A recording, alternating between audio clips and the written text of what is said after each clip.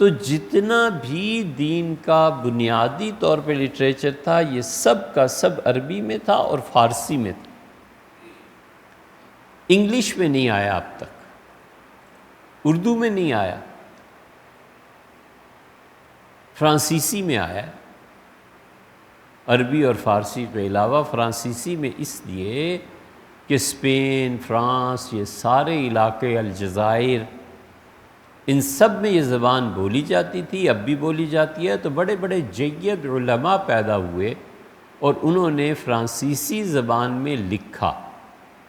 تو فرینچ میں جتنا اسلام پہ لکھا گیا ہے انگلش میں نہیں لکھا گیا، تو زبان بھی نہیں آتی۔ اور شعور کا حال یہ ہے کہ تنقید کسی بھی علم میں جو نمائندہ ہوتے ہیں ان کے افکار پر کی جاتی ہے، بچوں کو دیکھ کے تھوڑا ہی کوئی معیار بناتا ہے۔ ہم جس تصوف کی بات کرتے ہیں اور صوفیاء کرام رحمہم اللہ جس تصوف کی دعوت دیتے ہیں، اس کے ساتھ سلوک یہ ہے، اور بڑا خوبصورت نعرہ ہے، بڑا خوبصورت۔ ایک یہ چیز کہ اس دین کے مقابلے میں ایک دین صوفیوں نے گھڑ لیا ہے، اور ایک اس سے بھی دل فریب نعرہ ہے، دل اس کی طرف مائل ہوتا ہے۔ وہ دل فریب نعرہ یہ ہے کہ آؤ خالص دین تلاش کرے، اصل دین کی طرف لوٹو، کتاب و سنت کی طرف لوٹو۔ یہ اتنا دل فریب نعرہ ہے، اتنا دل فریب کہ سینکڑوں نہیں ہزاروں کو ہم نے گمراہ ہوتے دیکھا کہ اصل دین کیا ہے جی، وہ 73 نمبر بس کون سی ہے جی، ہم تو اس پہ چڑھیں گے، اور یہ نہیں سوچتے کہ خالص دین تمہارا جن بنیادوں پر قائم ہے اگر ان کا انہدام ہو جائے تو جانا پھر کدھر؟ خالص دین، ہم تو جی بس اللہ کی کتاب کو مانتے ہیں اور سنت۔ بڑا اچھا ایک یہودی نے جواب دیا، جامع الازہر میں اس کا مناظرہ ہو رہا تھا مصر میں، اس سے کوئی اعتراض کیے اسلام پہ، تو یہ جواب دے رہا تھا جامع الازہر کا استاد۔ تو اس نے کہا کہ یہ تمہارے ہاں حدیث میں آیا ہے، اس نے کہا قرآن کی بات کرو۔ اس یہودی کو شبہ پڑ گیا کہ کوئی گڑبڑ ہے، اس سے کہا کہ حدیث میں یہ آیا ہے۔ بار بار جب کہا تو اس کا حدیث کو چھوڑو، اس کا تم حدیث کو نہیں مانتے؟ اس نے کہا نہیں میں حدیث کو نہیں مانتا، قرآن کو مانتا ہوں۔ اس کا تم تو خود کافر ہو، میں نے تم سے کیا بحث کرنی ہے؟ مجھے تو وہ آدمی بتاؤ جو مسلمان ہو، اس سے بحث کروں اسلام پہ، تم تو خود کافر ہو، حدیث کو نہیں مانتے، تمہارے ساتھ کیا بحث؟ مناظرہ ختم کر دیا اس نے کہا نا مسلمان کوئی لاؤ اس سے بات کروں۔ تو اس لیے خالص دین حدیث میں کہاں آیا ہے؟ یہ بڑے دل فریب نعرے ہیں، کبھی ان چیزوں میں نہیں پڑنا چاہیے۔ امت جس تسلسل کے ساتھ دین ایک نسل سے دوسری نسل کو منتقل کرتی چلی آئی ہے، پھر تیسری نسل، پھر چوتھی نسل، پھر اب تک 20 نسلیں ہوئی ہیں کہ 50 ہوئی ہیں، ایک نسل سے دوسری نسل کو جو چیزیں منتقل ہوتی آئی ہیں اگر وہ شرعی حدود سے نہیں ٹکراتی تو وہ دین ہی ہے۔ اور شرعی حدود کون متعین کرتے ہیں؟ وَإِمَّا مجتہدین رحمہم اللہ نے متعین کیے تھے، خالص دین کا نعرہ لگانا۔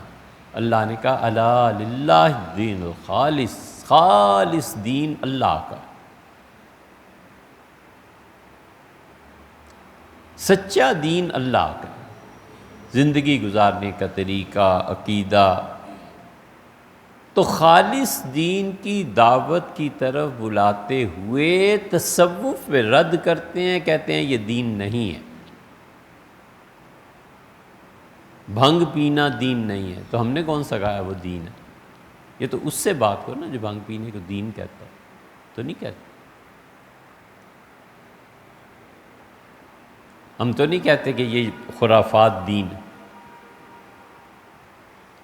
اس لیے بڑا دل فریب نعرہ ہے۔ اور علم کا حال یہ ہے، میں ایسے ہی ایک دو مثالیں آپ کو دیتا ہوں، یہ نہیں ہے کہ کوئی اس کی وکالت کر رہا ہوں۔ ملنگ ٹائپ کے لوگوں کو آپ نے دیکھا ہوگا، ڈالیاں لے کے جاتے ہیں، ننگے پاؤں جاتے ہیں۔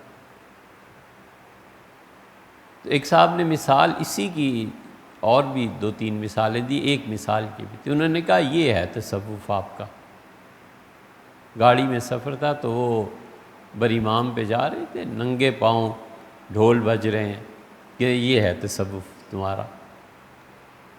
میں نے کہا اس میں سے کیا چیز آپ سمجھتے ہیں کہ اسے ہم تصوف کہتے ہیں؟ اور ڈھول پیٹنے کو تو نہیں نا کہتے، اس اچھل کود کو تو نہیں کہتے۔ کہ یہ ننگے پاؤں، اتنی گرمی۔ تو بار بار حدیث کے حوالے دیتے تھے۔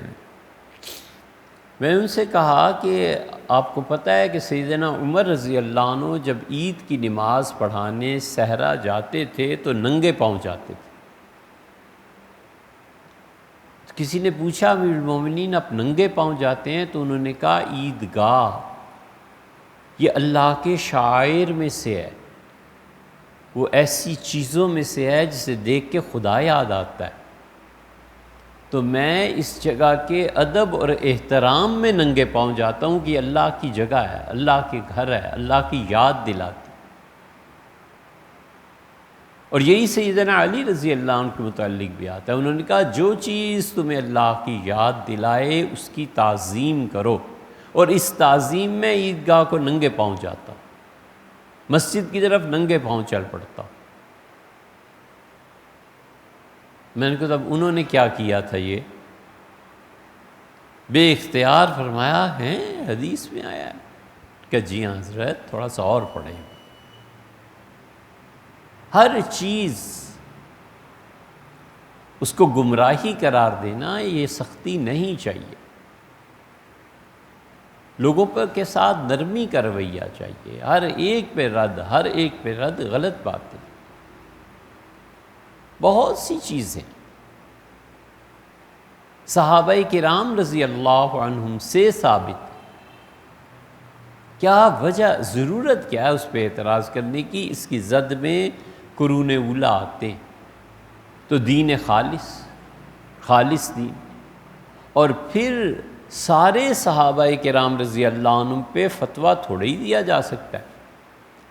خود یہ بات سمجھنے کی ہے کہ صحابہ کرام رضی اللہ عنہم میں کچھ فتوے تھے جو کچھ انہوں نے اجتہاد کیا اس بنا پر، یا جو ان کی شخصی حالت تھی اس بنا پر، بس امت نے نہیں مانا، کہا حضرت کا فتویٰ ہے بس ٹھیک ہے، ان کے اپنا ذاتی اجتہاد ہے، ہم اس کے مقابلے میں جو پوری امت ہے اس کو نہیں چھوڑیں گے۔ دو مثالیں آپ کو اس کی دوں۔ قربانی کیا ہے؟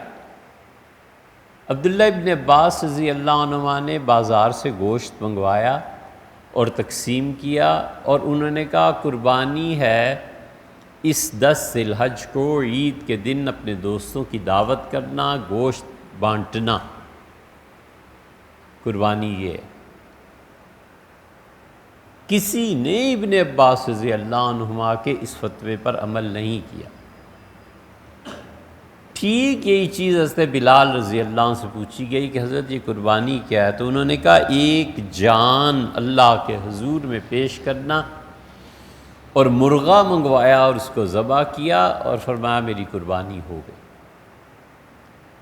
اسی وجہ سے اہل حدیث حضرات کے ہاں ایک بہت بڑے مفتی اور بڑے قابل اعتماد بظاہر بزرگ تھے، انہوں نے بھی فتویٰ اس پہ دیا کہ قربانی مرغے کی بھی جائز ہے، اور وہ فتویٰ اصل میں حضرت بلال رضی اللہ عنہ۔